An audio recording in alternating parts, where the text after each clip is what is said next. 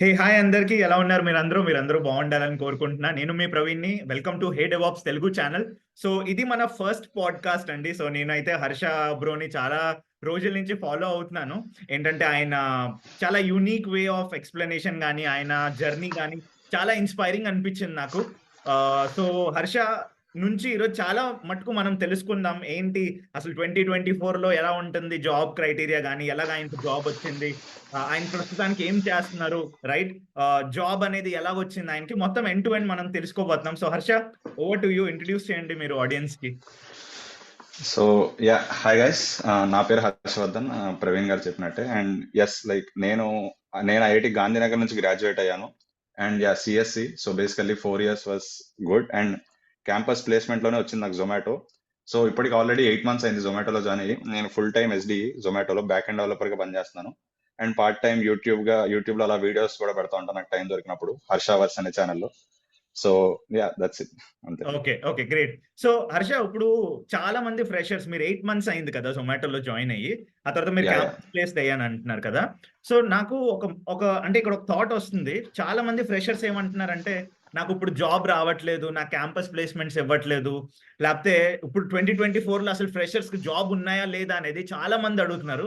So దానికి మీరు ఏం చెప్తారు? అంటే మీరు ఒక ప్లేస్డ్ అయిన క్యాండిడేట్‌లా కాకుండా ఒక ఫ్రెషర్‌లా చెప్తారా? అంటే ఇది ఎలాగుంటుంది? So I got the question. నేను మామూలుగా నా వీడియోస్ లో కూడా అన్ని ఇట్లా హానెస్ట్ గానే చెప్తాను, ఏది అనిపిస్తే అది చెప్తాను, ఏదో షుగర్ కోట్ చేసి ఏది చెప్పను. అది. ఆ! So the current situation is very bad. హ్మ్. ఎస్పెషల్లీ యుఎస్ లో కానీ, యూకే లో కానీ, జపాన్ లో కానీ ఎక్కడ చూసినా జాబ్స్ చాలా టఫ్ అవుతున్నాయి తెచ్చుకోవడం కానీ, ఉన్న జాబ్స్ లో సస్టైన్ అవ్వడం కానీ. అండ్ అది మెల్లగా ఇండియాలో రిఫ్లెక్ట్ అవుతుంది. వన్ హుహు. Of the main reason is Covid లో ఏమైందంటే, కోవిడ్ తర్వాత చాలా మంది లే ఆఫ్స్ అయిపోయేసరికి ఓవర్ హైరింగ్ చేసేసుకున్నారు చాలా మంది. అవును. అండ్ ఆ ప్రాసెస్ లో ఏమైంది, చాలా ఆన్లైన్ ఇంటర్వ్యూస్ అయినాయి. హుహు. ఆన్లైన్ ఇంటర్వ్యూస్ అవ్వడం ద్వారా చాలా మంది చీటింగ్ చేశారు, లేదా కొంతమంది తెలిసి తెలియని చెప్పేశారు, లేదా హైరింగ్ ప్రాసెస్ కొంచెం డిఫరెంట్ అయిపోయింది, అంత వీక్ అయిపోయింది, లేదా like the main thing is over hiring అయింది. అండ్ సెకండ్ థింగ్, హైర్ అయిన వల్ల కూడా రైట్ స్కిల్స్ లేకపోవడం కానీ, అంటే అందరిని అనట్లేదు నేను, అది. ఆ! Just some of the cases లో కొంతమంది రైట్ స్కిల్స్ లేకపోవడం కానీ, రెజ్యూమేలో ఫేక్ ఇన్ఫర్మేషన్ పెట్టి సెలెక్ట్ అయిపోవడం కానీ, ఒక 3 months 4 months అయిపోయాక తెలుస్తుంది ఎలాగో వాళ్ళకి కానీ అర్థమైంది, కంపెనీ వాళ్ళకి అర్థమైంది. సో అట్లా ఆ ప్రాసెస్ లో అది వన్ ఆఫ్ ద రీజన్ లే ఆఫ్స్ అవడానికి. అండ్ హుహు. దాంతో పాటు main reason is economics. Basic economics అంతా రిసెషన్ లోకి వెళ్తుంది, మార్కెట్ కానీ అది కానీ. ఓకే. సో నేను నా ఫ్రెండ్స్ లో తెలిసిన, లేదా చాలా మంది తెలిసిన ఎవరైతే ప్లేస్మెంట్స్ కూర్చోలేదు, లేదా అంతెందుకు 2024లో ఈ ఇయర్ కరెంట్ లో ఐఐటీలోనే 30% డ్రాప్ అయినాయి ప్లేస్మెంట్స్. అవును. ఐఐఎంస్, ఐఎస్బీస్ లో ఇట్లాంటి టాప్ ఎంబీఏ కాలేజ్ లో కూడా ప్లేస్మెంట్స్ డ్రాప్ అయినాయి. అవును. సో మార్కెట్ సిచ్యువేషన్ అయితే of course not up to the expectations. And ఇది టైర్ 1 టైర్ 2 కాలేజ్ లో ఇలా ఉంది అంటే, టైర్ 3 కాలేజ్ లో ఆబ్వియస్లీ సిచ్యువేషన్ ఎలా ఉందో మనం అర్థం చేసుకోవచ్చు. అవును. అండ్ మోస్ట్లీ టైర్ 3 నుంచి వీటి నుంచి లైక్ ఎంప్లాయీస్ వచ్చేది ఇన్ఫోసిస్, విప్రో, అవి కూడా హైర్ కరెక్ట్. చేసే ఫ్రీజ్ కరెక్ట్. చేసే సారీ హైరింగ్ ఫ్రీజ్ చేసే. సో హుహుహు. That's harsh reality. దాన్నే మనం ఇంకా చెప్పొచ్చు, అంటే స్కిల్స్ డెవలప్ చేసుకుని మనం ఆఫ్ క్యాంపస్ అప్లై చేయొచ్చు అని మనం చెప్తాం, కానీ definitely off campus placements crack చేయడం very tough then on campus. Okay. So Harsha, ఇక్కడ ఒక క్వెషన్ అయితే నాకు స్ట్రైక్ అవుతుంది.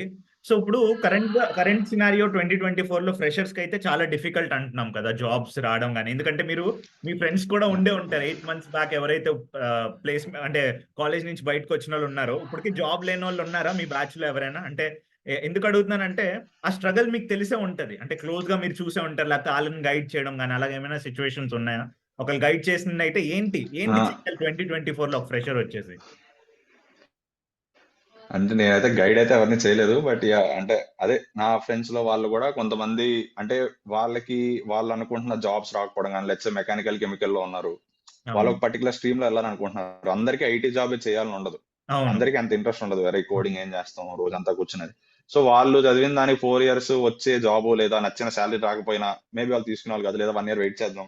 మోస్ట్లీ ఇప్పుడు చూసే ట్రెండ్ ఏంటంటే అమెరికాకి వెళ్ళిపోదాం. ఓకే. బీటెక్ చేశాక, అరే సిఎస్సి ఎలక్ట్రికల్ లో మోస్ట్లీ వాళ్ళకి మంచి జాబ్ వచ్చింది, 10 lakhs 12 lakhs వస్తే చేసేస్తున్నారు. హ్మ్. లేదా నా అబ్జర్వేషన్ ఏంటి అంటే, ఇప్పుడు most of the tier 3 tier 2 college place అవ్వని వాళ్ళు ఎవరైతే ఉన్నారో, లేదా తక్కువ శాలరీస్ వచ్చి ఇవన్నీ ఎందుకు అమెరికాకి వెళ్ళిపోదాం అని చెప్పి చాలా మంది అమెరికాకి వెళ్ళిపోతున్నారు either. లేదా ఇంకా అదే అంటే వాళ్ళు అంటే coming back to the question, IIT లో కూడా ప్లేస్ అవ్వని వాళ్ళు ఉన్నారు. And hmm. Some of them are still trying. కొంతమంది ఇంటర్న్షిప్స్ చేసుకుంటూ అప్లై చేద్దాం అని చెప్పి ఆ రూట్ లో వెళ్తున్నారు. ఓకే. అంటే లైక్ బేసికల్లీ చాలా మంది ఇప్పుడు డైరెక్ట్ జాబ్ రాకపోయినా అందరూ ఎక్స్పీరియన్స్ అడుగుతారు. ఇప్పుడు అవును. ఇంటర్న్‌షిప్స్ మీ ప్లేస్‌మెంట్ కూర్చుంటే మీరు ఇంటర్న్‌షిప్ ఉండాలి. ఇంటర్న్‌షిప్ అవును. కూర్చుంటే వాళ్ళు కూడా ఎక్స్పీరియన్స్ అడుగుతున్నారు ఇంకా ఇంటర్న్‌షిప్. అవును. So what I would say is ఇంటర్న్‌షిప్‌తో స్టార్ట్ చేసి ప్లేస్‌మెంట్స్‌కి ఏం చేయండి. డైరెక్ట్‌గా కంపెనీని క్రాక్ చేయడం అంత కష్టమైతే మీకు కొన్నిసార్లు చాలా తక్కువ ఇస్తున్నా, కొన్ని సార్లు ఫ్రీగా చేయాల్సి వస్తున్నా ఇంటర్న్‌షిప్స్ ఉంటే ఏదన్నా నేర్చుకుంటే అది ప్లేస్‌మెంట్ డెఫినెట్‌లీ హెల్ప్ అయిద్ది. ఓకే. సో, హర్ష నాకొక మాట చెప్పండి. ఇప్పుడు చాలా మంది ఫ్రెషర్స్ ఏం చేస్తారంటే, ఎక్కడో ఒకలాగా యూట్యూబ్‌లో ఒక ప్రాజెక్ట్ తీసుకొని, అది రెజ్యూమేలో పెడతారు. హ్మ్. సో, మీ ప్రకారం అంటే మీరు యాహ్! ఆల్రెడీ ఒక కంపెనీ ఒక టాప్ ఇండియన్ స్టార్టప్‌లో వర్క్ చేస్తున్నారు జొమాటోలో రైట్? సో, మీ ప్రకారం హ్మ్. అలాంటి ప్రాజెక్ట్స్ వర్త్ ఉంటాయా? అంటే ఒక యూట్యూబ్‌లో నేర్చుకొని మంచి కంటెంట్ ఉన్న ప్రాజెక్ట్ ఫ్రెషర్ అంటున్నాను. రెజ్యూమేలో పెడితే ఎంత వరకు వాలిడ్ చేస్తారు? అంటే జొమాటో లైక్ కంపెనీస్ గాని, ఏదైనా స్టార్టప్స్ గాని, ఏదైనా మిడ్ లెవెల్ కంపెనీస్ గాని, లేదంటే టాప్ లెవెల్ కంపెనీస్ గాని ఏమనుకుంటున్నారు మీరు? సో ఫస్ట్ దీన్ని అంటే దీనికి ఇది బైనరీ ఆన్సర్ చేయలేను నేను యెస్ ఆర్ నో అంటే యూజ్ అయ్యిద్ది యూజ్ అవ్వదు అని. అవును. ఫస్ట్ థింగ్ మీరు ఎలాంటి ప్రాజెక్ట్ తీసుకుంటున్నారు అన్నది వర్క్ అయ్యిద్ది. దాని మీద డిపెండ్ అయ్యిద్ది. లెట్స్ సే మీరు మరీ బేసిక్ ప్రాజెక్ట్ తీసుకున్నారు యూట్యూబ్‌లో.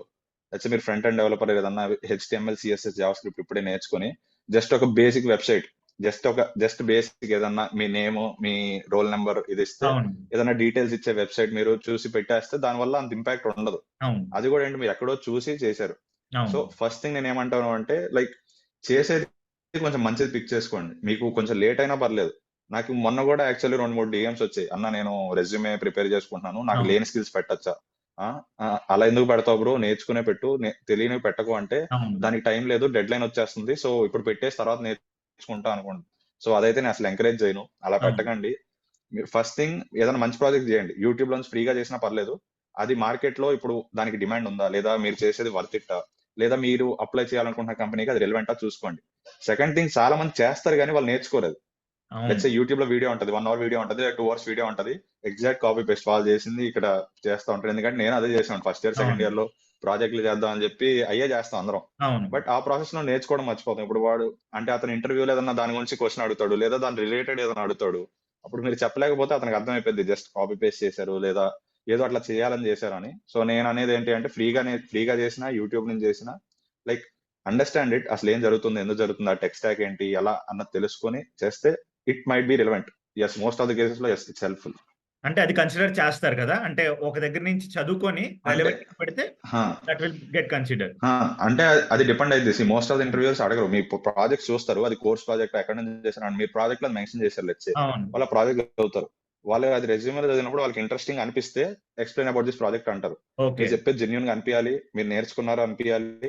అనిపించాక ఆళ్ళు క్రాస్ క్వెషన్ చేస్తారు. లైక్ ఒక ఓకే. 10, 15 మినిట్స్ జరుగుతది. ఒక ఎనీ డీసెంట్ కంపెనీ అయినా 20 మినిట్స్ ప్రాజెక్ట్స్ మీద అడుగుతారు. అవును. మీరేం చేశారు? ఏం నేర్చుకున్నారు? ఇలానే ఎందుకు చేశారు? సో మీరు ఒకవేళ జెన్యూన్‌గా నేర్చుకొని మీరు ఎఫర్ట్స్ పెడితే మీకు ఐడియా ఉంటది. అంటే ఓకే. ఇది ఎందుకు చేసామని. జస్ట్ కాపీ పేస్ట్ చేస్తే యూట్యూబ్‌లోని చూసి అవును. అది సో, దొరికిపోతారు ఇంకా. అందుకే నేను అక్కడి నుంచి ఆల్‌మోస్ట్ అందరికి యాహ్! చెప్తాను. ఏంటంటే ఒక క్రియేటివ్ లెవెల్ కాపీ చేసినా కూడా దాంట్లో కొంచెం మీ స్కిల్స్, మీ క్రియేటివిటీ ఆ ప్రాజెక్ట్స్‌లో పెడితే అది మీరు చెప్పే విధానంలో కూడా ఇంపాక్ట్ అవుద్దనేది నా ఉద్దేశం.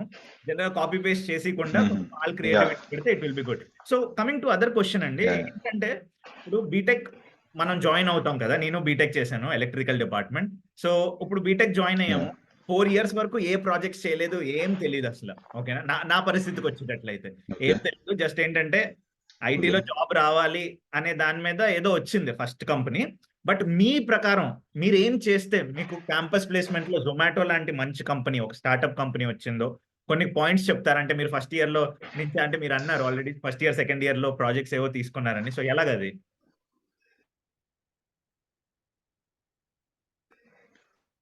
అడగడం రైట్ అది కాదని నాకనిపిస్తుంది.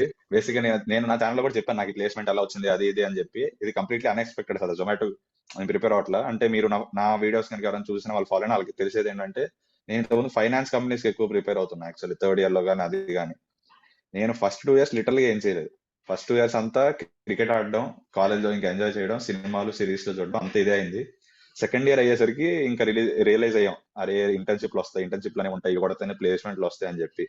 అప్పుడు కూడా సెకండ్ ఇయర్ కూడా అంతా ఇంకా ఏం చదవబుద్ధి కాలే. అంతా అలా అయిపోయింది. ఇంటర్న్‌షిప్ కూడా నాకు చాలా నార్మల్‌దొచ్చింది. అవును. సో థర్డ్ ఇయర్‌లో ఇంకా నేను డిసైడ్ అయ్యా. అరే! ఏమైనా చేద్దాం అది ఇది అని చెప్పి ఎక్స్‌ప్లోర్ చేయడం స్టార్ట్ చేశా. ఎక్స్‌ప్లోర్ చేయడం స్టార్ట్ చేసి యూపీఎస్సీ అని ఒక 1, 2 మంత్స్ ప్రిపేర్ అయ్యా దానికి. అది ఓకే. మళ్ళీ ఇది వర్కౌట్ అవ్వదులే అని చెప్పి అది పక్కన పెట్టేసి, సిక్స్త్ సెమిస్టర్‌లో నేను నా ఫైనాన్స్ గురించి గాని, అది గాని అట్లా ఎక్కువ ఇన్వాల్వ్ అయ్యి తెలుసుకున్న స్టాక్ మార్కెట్ అంటే ఏంటి, ఫైనాన్స్ అంటే ఏంటి. ఓకే. ఫైనాన్స్ లో టెక్ రిలేటెడ్ కూడా ఉంటాయి, అవి కంపెనీస్ వస్తాయి, బార్క్లేస్ అని, గ్రావిటన్ అని ఉంటాయి. సో హ్మ్. ఫిన్టెక్ ఎలా వర్క్ అయింది, ఇట్లా ఇట్లా ఎక్స్ప్లోర్ చేస్తూ ఇంకా ఇంటర్న్ చేస్తున్నప్పుడు నేను నేర్చుకున్నా, లైక్ ఇట్లా మైక్రో సర్వీసెస్ అని ఉంటది, అది ఇది అని చెప్పి. సో బేసిక్ గా నేను చెప్పి వస్తుంది ఏంటి అంటే, మీరు ఫస్ట్ 2 years వేస్ట్ అయినా పర్లేదు, లైక్ థర్డ్ ఇయర్ లో మీరు ఫోకస్ చేయొచ్చు, థర్డ్ ఇయర్ లో మీరు ఎక్స్ప్లోర్ చేయొచ్చు, ప్రాజెక్ట్స్ బిల్డ్ చేయొచ్చు. నేను నా ప్లేస్మెంట్ కి మెయిన్లీ అంటే నా ఇంటర్న్షిప్ నాకు హెల్ప్ అయింది. నా కోర్స్ ప్రాజెక్ట్స్ ఏవైతే ఉంటాయో, లైక్ ఫస్ట్ 3 years లో లైక్ జనరల్ గా ఉండే కోర్స్ ప్రాజెక్ట్స్ కానీ, అవి కానీ, ఇంటర్న్షిప్ ప్రాజెక్ట్ కానీ, and mostly databases, operating systems, networking, ఇవి మూడైతే చాలా ఇంపార్టెంట్ అంట నేను కోర్సెస్. ఓకే. ఒకవేళ మీకు ఈ కోర్సులు చెప్పకపోయినా యూట్యూబ్ లో చూసన్నా నేర్చుకోండి. అవును. అండ్ డిఎస్ఏ చాలా మంది పెడతారు, డిఎస్ఏ మీద వీడియోలు పెడతారు, కొంతమంది డిఎస్ఏ అయిపోతుంది, డిఎస్ఏ యూజ్ లేదు అంటారు. కానీ గ్రౌండ్ రియాలిటీ ఏంటి అంటే, మీరు ఇంటర్వ్యూకి వెళ్తే, మీరు ఒక ఐటీ జాబ్ అప్లై చేస్తుంటే ఒక డీసెంట్ కంపెనీకి, నాట్ మరి కొన్ని కంపెనీలు అడగరేమో నాకు తెలియదు, బట్ ఒక 10 lakhs 12 lakh LPA job apply చేస్తుంటే మాత్రం డిఎస్ఏ కావాలి. అవును. డిఎస్ఏ నేర్చుకోండి, DSA is relevant still in 2024. Okay. So అది నేను చెప్తాను. అంటే ప్రాజెక్ట్స్ అయితే కోర్స్ ప్రాజెక్ట్స్ అయినా సరిపోతాయి ఇన్ మై ఒపీనియన్. బట్ తెలిసినవి అదే, అగైన్ మీరు ఏం చేశారో మీకు తెలియాలి. చాలా మంది గ్రూప్ ప్రాజెక్ట్స్ లో ఏదో ఉంటారు, కానీ ఒకటి చేస్తాడు, మిగతా వాళ్ళకి ఐడియా ఉండదు. Okay. Okay. Got it. So ఇలానే ఒక క్వెషన్ దీని మీద సో కంటిన్యూషన్ అన్నమాట. సో కంటిన్యూషన్ క్వెషన్ ఒకటొస్తుంది. ఏంటంటే ఇప్పుడు డీఎస్ఏ ఎంతవరకు రెలెవెంట్? అంటే చాలా మంది అంటారు, "సార్ నేను ఇలా డెవాప్స్ చదువుతున్నాను." లేదంటే "ప్రవీణ్ నేను డెవాప్స్ మీద ఆలోచిస్తున్నాను. ఎందుకంటే కోడింగ్ లేదు. బట్ ఫ్రెషర్‌కి అది వర్తేనా? అంటే కోడింగ్ జీరో ఉన్నా సరే జాబ్ వస్తదా? రాదా? అనేది చిన్న డౌట్ ఉంది. సో మీ ప్రకారం ఏం చెప్తారు? అంటే డీఎస్ఏ ఎంతవరకు ఇంపార్టెన్స్ ఇద్దాం అనేది మీరేమంటారు? See first of all DSA అనేది ఏంటి అంటే, డిఎస్ఏ అంటేనే ఆల్గరిథమ్స్ కానీ, అవి కానీ. డిఎస్ఏ అంటే డేటా స్ట్రక్చర్స్ అండ్ ఆల్గరిథమ్. హ్మ్. హ్మ్. సో బేసిక్ ఈ కంపెనీ రన్ అవ్వాలన్నా, ఇది రన్ అవ్వాలన్నా, దాన్ని ఎంత ఎఫిషియెంట్ గా చేయగలరు, అవును. దాన్ని స్కేల్ చేయగలరా లేదా మీరు అన్నది ఇంపార్టెంట్. సో దాన్ని స్కేల్ చేయాలి అన్నా, ఎంత ఎఫిషియెంట్ గా చేయాలి అన్నా, లాజికల్ థింకింగ్ ఉండాలి, టెక్నాలజీ మీద ఐడియా ఉండాలి, అది ఇది అని. సో మన కాలేజీలో ఇవన్నీ చెప్పరు, దీని అవును. మీద వాళ్ళు జడ్జ్ చేయలేరు మనల్ని. ఇవన్నీ మనకు తెలియదు, ఇవన్నీ మనం కంపెనీకి వెళ్ళాక నేర్చుకుంటాం. బట్ కాలేజ్ లో అందరికీ ఈక్వల్ గా ఉండేది ఆర్ ఈక్వల్ గా టీచ్ చేసేది DSA. So DSA is an entry barrier అంటా నేను. డిఎస్ఏ అంటే ఏంటి, మీరు ఒక ప్రాబ్లం ఇస్తే మీరు దాన్ని సాల్వ్ చేయగలుగుతున్నారు లేదా అని. ఇప్పుడు ఐఐటి ఉంది, ఐఐటి ఎగ్జామ్ అప్పుడు నేర్చుకున్న మ్యాథ్స్, ఫిజిక్స్, కెమిస్ట్రీ ఇప్పుడు యూజ్ అవుతున్నాయి. 12th లో నేర్చుకున్న మ్యాథ్స్, ఫిజిక్స్ అవును. అంటే కొన్ని టాపిక్స్ యూజ్ అవుతాయి, కానీ కెమిస్ట్రీ, ఇన్ఆర్గానిక్ కెమిస్ట్రీలో ఆ అవును. ఎలిమెంట్ దాంతో రియాక్ట్ అయితే మనకి ఎందుకు, ఇప్పుడు యూజ్ అవుతుందా? లేదు కదా. సో పాయింట్ ఏంటి, వీడు చదవగలడా, వీడు గ్రాస్ప్ చేయగలడా, వీడు నేర్చుకోగలడా, నేర్చుకున్నది అప్లై చేయగలడా అన్నది మన Indian education system core point. అంటే ఇప్పుడు ఇది అంత అవును. Great Indian education system already కొంచెం ఉమ్, సరిగ్గా లేదు, బట్ స్టిల్ అవును. ద పాయింట్ ఈస్, వీడు నేర్చుకుని అప్లై చేయగలడా లేదా అన్నది. Same happens to DSA. అంటే మనం డిఎస్ఏ నేర్చుకునే కంపెనీలో వాడతాం, కానీ most of the things are like, అంటే ప్రాబ్లమ్ సాల్వింగ్ స్కిల్స్ ఎలా ఉన్నాయి, వీడు అవును. ఎలా చేయగలుగుతున్నాడు అన్నది జడ్జ్ చేస్తారు మన డిఎస్ఏ స్కిల్స్ మీద. Okay. So yes, DSA is relevant. And అంటే హానెస్ట్ గా మాట్లాడితే నాకు తెలియదు, టీసీఎస్ వీటిలో అడుగుతారు లేదో నాకు తెలియదు. అంటే ఇలాంటి కంపెనీలో ఇప్పుడు వాళ్ళ టీసీఎస్ కానీ ఇలాంటి కంపెనీ సర్వీస్ బేస్డ్ అంటే టీసీఎస్ ఎందుకంటే లైక్ అదే సర్వీస్ బేస్డ్ కంపెనీస్ అవును. లో నాకు హానెస్ట్ గా ఐడియా లేదు డిఎస్ఏ అడుగుతారో లేదో. సో మేబీ వాళ్ళకి రిలవెంట్ కాదని నేను చెప్పలేను, కానీ like most of the product based companies కానీ, లేదా వచ్చే టెక్ స్టార్ట్అప్స్ కానీ, ఏదన్నా కానీ మీరు ఒక మంచి హై ప్యాకేజ్ కొట్టాలి అనుకున్నా డిఎస్ఏ అయితే కావాలి. Yes, one word answer yes or no అంటే మాత్రం definitely yes. First okay. Round అయితే డిఎస్ఏ మీద షార్ట్ లిస్ట్ చేస్తారు. ఓకే. తర్వాత కానీ సిస్టమ్ డిజైన్ కానీ, మీ నాలెడ్జ్ కానీ, మీ ఎక్స్పీరియన్స్ కానీ. ఓకే. ఓకే. సో అలానే ఇంకో సో క్వెషన్ అది ఇప్పుడు నా ఒపీనియన్. ఓకే. గ్రేట్. సో అలానే ఇప్పుడు యా ఫ్రెషర్స్ ఉన్నారు కదా! ఈళ్ళకి ఏ జాబ్ ప్లాట్‌ఫార్మ్స్‌లో వెతికితే అంటే ఆళ్ళకొక జాబ్ వస్తది. లేదంటే ఏమైనా పోర్టల్స్ ఏమైనా ఉన్నాయా? అంటే మీ ఐడియా ప్రకారం. ఇప్పుడు ఏమైనా ఉన్నాయా అలాగా? నాకు అంత ఐడియా లేదు, చూసాను నేను కూడా. అంటే అదే నేను చెప్పేది ఏంటి అంటే, ఆఫ్ క్యాంపస్ కొంచెం కష్టమే. ఆఫ్ క్యాంపస్ డెఫినెట్లీ కష్టం. సో ఫస్ట్ నేను ఏం చెప్తానంటే, గివ్ అప్ ఇవ్వకండి. మీరు ఏ ప్లాట్ఫామ్ వెతికినా, అంటే నాకు తెలిసి ఇంటర్న్ చాలా అని ఉంటది, ఇట్లా హ్మ్. కొన్ని ఉంటాయి. కానీ లెజిట్ ఆర్ రీజనబుల్ ఏంటి అంటే లింక్డ్ఇన్ అంటాను నేను. లింక్డ్ఇన్. But okay. లింక్డ్ఇన్ లో ఏమైపోయిందంటే కాంపిటీషన్ ఎక్కువైపోతుంది, అందరూ అప్లై బాగా చేస్తున్నారు. అండ్ అందరూ. ఆ! బట్ యా అగైన్ ఆ ప్రాసెస్ చాలా టఫ్ ఉంటది. అదే చాలా టఫ్ ఉంటది. సో నేను చెప్పేది ఏంటంటే, లింక్డ్ఇన్ లో ట్రై చేయొచ్చు, ఇంటర్న్స్ చాలా ఇవన్నీ ఉంటాయి. ఏమో కొన్ని మళ్ళీ స్కామ్లు కూడా చేస్తాయి ఈ పార్ట్ టైం జాబ్స్ అని అవని. సో అవును. అంత నమ్మకండి. వాట్సాప్ లో మెసేజ్ వచ్చినా, లేదా డైరెక్ట్ మెసేజ్ వచ్చినా హ్మ్. అవైతే ఇగ్నోర్ చేయండి. మీరు ఇంటర్న్ చాలా అని ఇలా ఉంటది, ఏమో నాకు ఇంకా అంత ఐడియా లేదు. But maybe LinkedIn or intern చాలా అవును. ఇంకా ఉంటాయండి చాలా. అసలు మీరు వెళ్ళి వెతికితే కొన్ని వస్తాయి, కొన్ని లెజిట్ అనిపిస్తాయి, కొన్ని అనిపివు. బట్ నేనేమంటానంటే, ఒక ఎక్స్పీరియన్స్ వచ్చాక మీరు ఒక మంచి రెజ్యూమే ప్రిపేర్ చేసుకుని లింక్డ్ఇన్ లో మీరు అప్లై చేయొచ్చు. I would say LinkedIn is one of the best, అంటే అట్లీస్ట్ బిగినర్స్ గానీ అది కానీ. గ్రేట్. సో, అదే నా యాహ్! సజెషన్ కూడా అదే. లింక్డ్ఇన్ గాని, నౌకరీ పోర్టల్ గాని ఏదైతే అది ఒక రెజ్యూమే మంచిగా పెట్టి ఒక 2, 3 ప్రాజెక్ట్స్ యాహ్! పెట్టి యాహ్! దాన్ని అప్‌లోడ్ చేసుకుంటే ట్రై చేస్తే తప్పేముంది. ట్రై చేయాలి తప్పకుండా. సో, ఇప్పుడు ఆహా! ఆహ్, ట్రై చేయొచ్చు. కాల్స్ వస్తాయి. ఆ! అవును. యాహ్! కరెక్ట్. సో, కాల్స్ వస్తాయి. అదే అంటే నేను మా ఫ్రెండ్స్‌లో కూడా చూసాను. వాళ్ళకి కాల్స్ వచ్చాయి. అవును. So, yeah! బట్ అదే ఇంకా మనం పెట్టి ట్రై చేస్తా ఉంటే వస్తాయి. ఓకే. Got it. సో, ఒక మాట చెప్పండి. ఇప్పుడు మీరు జొమాటోలో వర్క్ చేస్తున్నారు కదా! మీరు యాహ్! ఇంటర్న్‌షిప్ చేసి జొమాటోలోకెళ్ళేటప్పుడు మీకేంటి అంటే ఏమైనా డిఫరెన్స్ అనిపిచ్చిందా? డిఫికల్టీ అనిపిచ్చిందా? ఎందుకంటే ఫ్రెషర్స్ మైండ్‌లో ఏముంటదంటే, నేను యూట్యూబ్‌లో ప్రాజెక్ట్ నేర్చేసుకున్నా, నేను ఈ కోర్స్ చదివేసినా, నేను ఆ ఇన్‌స్టిట్యూట్‌లో చేసేసినా నాకు రియల్ టైమ్ ఎక్స్‌పీరియన్స్ రాదు. అప్పుడు మీకెలాగనిపిచ్చింది? అంటే ఒక యాహ్! యాహ్! ఫ్రెషర్ కింద ఫస్ట్ ప్రాజెక్ట్‌లోకెళ్ళేటప్పుడు were you able to cope up? లేకపోతే ఏమైనా చాలా ఛాలెంజెస్ వచ్చాయి మీరు దాన్ని ఓవర్‌కమ్ చేసారా? ఆ! ఇప్పటికి నాకు ఛాలెంజింగ్ గానే అనిపిస్తది. ఇప్పటికి నేను లైక్ నేర్చుకుంటానే ఉన్నాను. సో, ఇట్స్ లైక్ మీరు జాబ్‌కెళ్ళాక మోస్ట్‌లీ మీరు అన్ని కొత్తవే నేర్చుకుంటారు. Correct. And that two Zomato is fastest growing like అంటే చాలా టెక్ స్టాక్స్ గాని అది గాని అంటే కొంచెం వర్క్ కూడా గట్టిగా ఉంటది. వేరే టాప్ ఎంఎన్సీస్ మీద తీసుకున్నా, అక్కడ గూగుల్, అమెజాన్ తీసుకున్నా కొంచెం కంఫర్టబుల్‌గా అట్లా ఉంటది. జొమాటోలో కరెక్ట్. అట్లా కాదు. కొంచెం బానే ఉంటది వర్క్ గాని, మీరు నేర్చుకోవడానికి గాని, మీ లెర్నింగ్ కర్వ్ గాని, టెక్ స్టాక్స్ గాని అంతా. సో, నేను ఫస్ట్ టైమ్ నాకెళ్ళినప్పుడు లిటరల్లీ అరే! మనం 4 ఇయర్స్ ఏం చేశారా అనిపించింది కాలేజ్‌లో. అసలు మనం నేర్చుకుంది ఏది నథింగ్ ఈస్ అంటే కరెక్ట్. అక్కడ నేర్చుకున్నన్ని చాలా బేసిక్స్ అవి ఇప్పుడు అప్లై చేయాలి రియల్ లైఫ్‌లో. కరెక్ట్. అంటే చాలా వరకు ఈ నెట్వర్కింగ్ గాని, నెట్వర్కింగ్ ఎలా వర్క్ అయిద్ది? అసలు front end developer, back end developer ఎలా కమ్యూనికేట్ చేసుకుంటారు? అసలు ప్రాజెక్ట్స్ ఎలా ఉంటాయి? చాలా నాకొచ్చిన ఫస్ట్ టాపిక్ ఏంటి నాకొచ్చిన ఫస్ట్ ప్రాజెక్ట్ ఏంటంటే Kafka related. Okay. Kafka idea Kafka like అవును. కాఫ్కా రిలేటెడ్ ఉంటది. Which is basic messaging queue. So, అందులో లైక్ ఆ కాఫ్కా అంటే ఏంటో నాకు తెలీదు. నేను ఫస్ట్ దాని గురించి తెలుసుకొని అట్లా ఇప్పటికి లైక్ సో, నేను చేసే వాటి మీద కూడా అదొక ఇంకా చిన్నది చెప్తావా? కోడ్ బేస్ అంటే చాలా పెద్దది. ఇప్పుడు ఆ కాఫ్కాలో ఏమవుతుంది? అంటే జొమాటోలో ఏం డేటా కాఫ్కా స్ట్రీమ్‌లోకొస్తుంది? అదెలా అంటే చిన్నది అంటే రియల్ టైమ్ ప్రాజెక్ట్ ఇలా ఉంటదనే జస్ట్ అంటే స్టూడెంట్స్‌కి బేసికల్లీ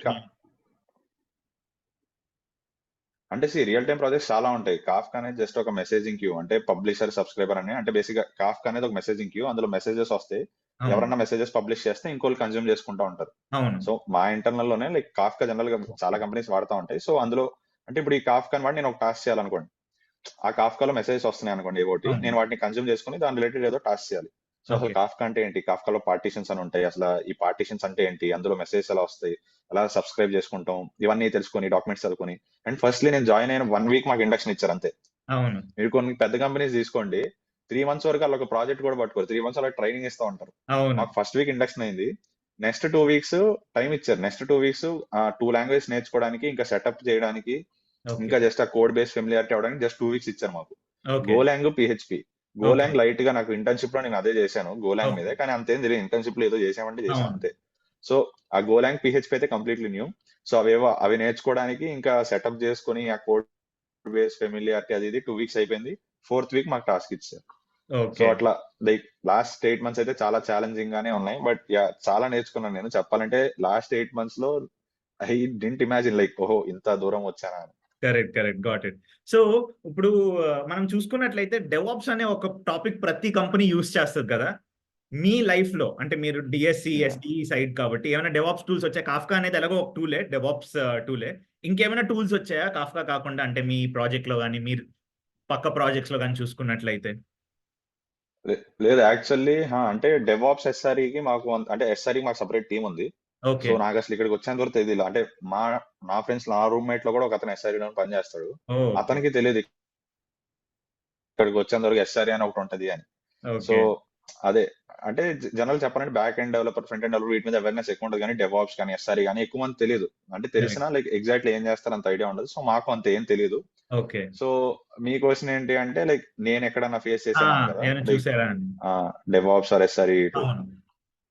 అంటే మోస్ట్‌లీ లైక్ మీరు ఏమైనా కొన్ని ఎగ్జాంపుల్స్ ఇవ్వగలరా? లైక్ ఏవి అని ఎగ్జాక్ట్ అంటే అంటే మీరేం జెన్కిన్స్ అడుగుతున్నారు? దేన్ని గాని, రిఫర్ సోనార్ చేస్తున్నారు క్యూబ్ అని? గాని, ఏమైనా కోడ్ డిప్లాయ్‌మెంట్ గాని, లేకపోతే క్లౌడ్‌లో ఏమైనా రన్ అవుతుంది. లేదు మా కోడ్ డిప్లాయ్‌మెంట్ అంతా లైక్ ఏడబ్ల్యూఎస్. ఓహ్! ఏడబ్ల్యూఎస్ యూజ్ చేస్తారా? Okay. Got it. Yeah! So, ఇప్పుడు ఆహ్, సో, అంతా ఆటోమేటెడ్ పైప్‌లైన్ ఉంటది. ఇంకా జస్ట్ డిప్లాయ్ చేస్తాం గిట్‌లో. So, yeah! ఓకే. ఇప్పుడు ఒక మాట అడుగుతాను. అంటే ఫ్రాంక్‌గా చెప్పండి. ఈ టైర్ 3 కాలేజెస్ లేదంటే టైర్ 1 కాలేజెస్, టైర్ 2 కాలేజెస్ అంటే లో కాలేజెస్ ఈ ఐఐటీ, ఐఐఎం అలాంటి కాలేజెస్‌లో వన్స్ ఒక ఒక స్టూడెంట్ బయటకొస్తే ప్యాకేజెస్ ఏమైనా డిఫరెన్స్ ఉంటాయా? అంటే 2024లో మీరు చూసుకున్నట్లయితే గానీ, 2023లో గానీ, లేదంటే స్కిల్స్ మ్యాటర్ ఉంటాయా? అఫ్ కోర్స్ అంటే రెండిటికి ఆన్సర్ ఏంటంటే అఫ్ కోర్స్ ఉంటాయి. చాలా ఓకే. మంది అంటే ఇప్పుడు అంటున్నా జస్ట్ స్కిల్స్ కూడా మ్యాటర్ అవుతాయి. ఇప్పుడు మీరు టైర్ 3 అంటే వన్ వర్డ్ లో చెప్పాలి అంటే మీరు టైర్ 3 నుంచి వస్తే మీరు అమెజాన్, గూగుల్ క్రాక్ చేయలేరు అని కాదు. కరెక్ట్. క్రాక్ చేయొచ్చు. But at the same time that doesn't mean all tier 3 students are all tier 3 colleges will give that placements.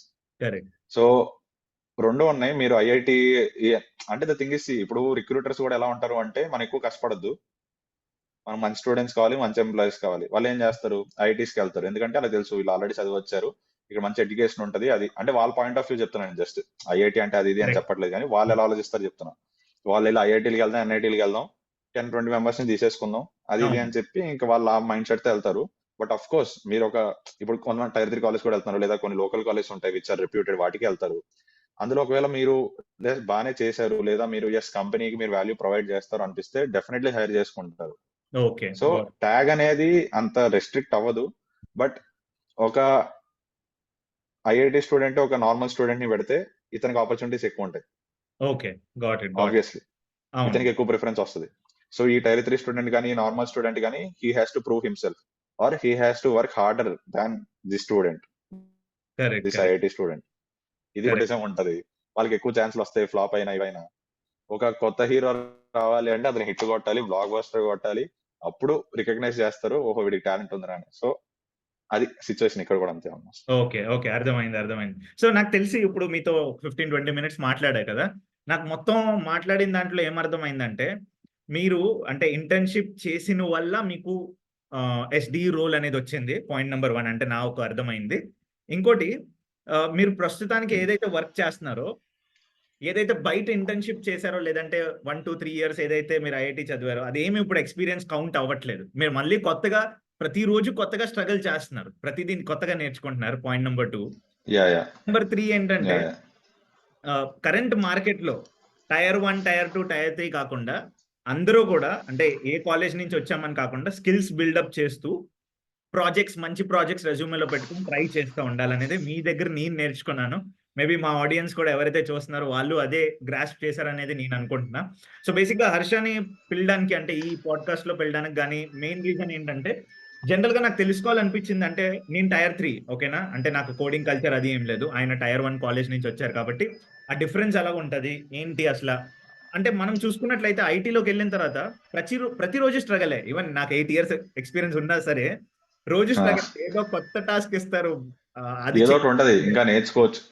ఇంకా నేర్చుకోవాలి. టాస్క్ ఇస్తారు. జీరా ఆహా పోర్టల్ ఉంటది. స్టాండప్ ఉంటది. రోజు మాట్లాడాలి. ఆళ్ళకి అప్డేట్ యా చేయాలి. ప్రెషర్ ఇక్కడ ఉంటది మనకి. ఓకేనా? సో ఎట్ ది ఎండ్ ఏంటంటే కాలేజ్ కాదు. రోజు నేర్చుకుంటా ఉండాలి. గ్రైండ్ అదే మెయిన్ అంతే అన్నమాట. అంతే.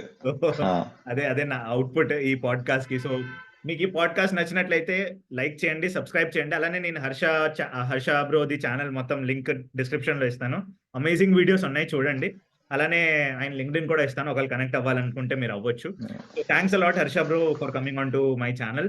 సో నాకు తెలిసి చాలా యా పెద్ద ఛానల్ ఇది. అంటే ఫ్రెషర్స్‌కి మెయిన్‌లీ ఎలాగైనా హెల్ప్ చేద్దాం. ఏదైనా వాళ్ళకి yeah provide yeah sure. Intention. So I think you have done great. Thanks a lot for coming. Thanks for invite. నాది ఫస్ట్ టైం ఇలా పాడ్కాస్ట్ కానీ అది కానీ ఇట్లా. So okay. Always open for the Telugu community. అంటే నేను ఛానల్ పెట్టింది కూడా అందుకే, అరే మంచి వీడియోస్ పెడదాం, తెలుగులో లేవు, లేదా ఇట్లా హెల్ప్ అయ్యే పెడదాం అని చెప్పి. సో అట్లా ఏదో నాకు కుదిరిన టైంలో నేను అట్లా చేస్తున్నాను. ఇంకా గ్రేట్. పెడదాం, ఇంకా మంచి వీడియోస్ పెడదాం, ఇంకా గ్రేట్. మంచి thanks a lot knowledgeable Harsha. Informative videos పెడదాం. So yeah, thanks. Good talking with you.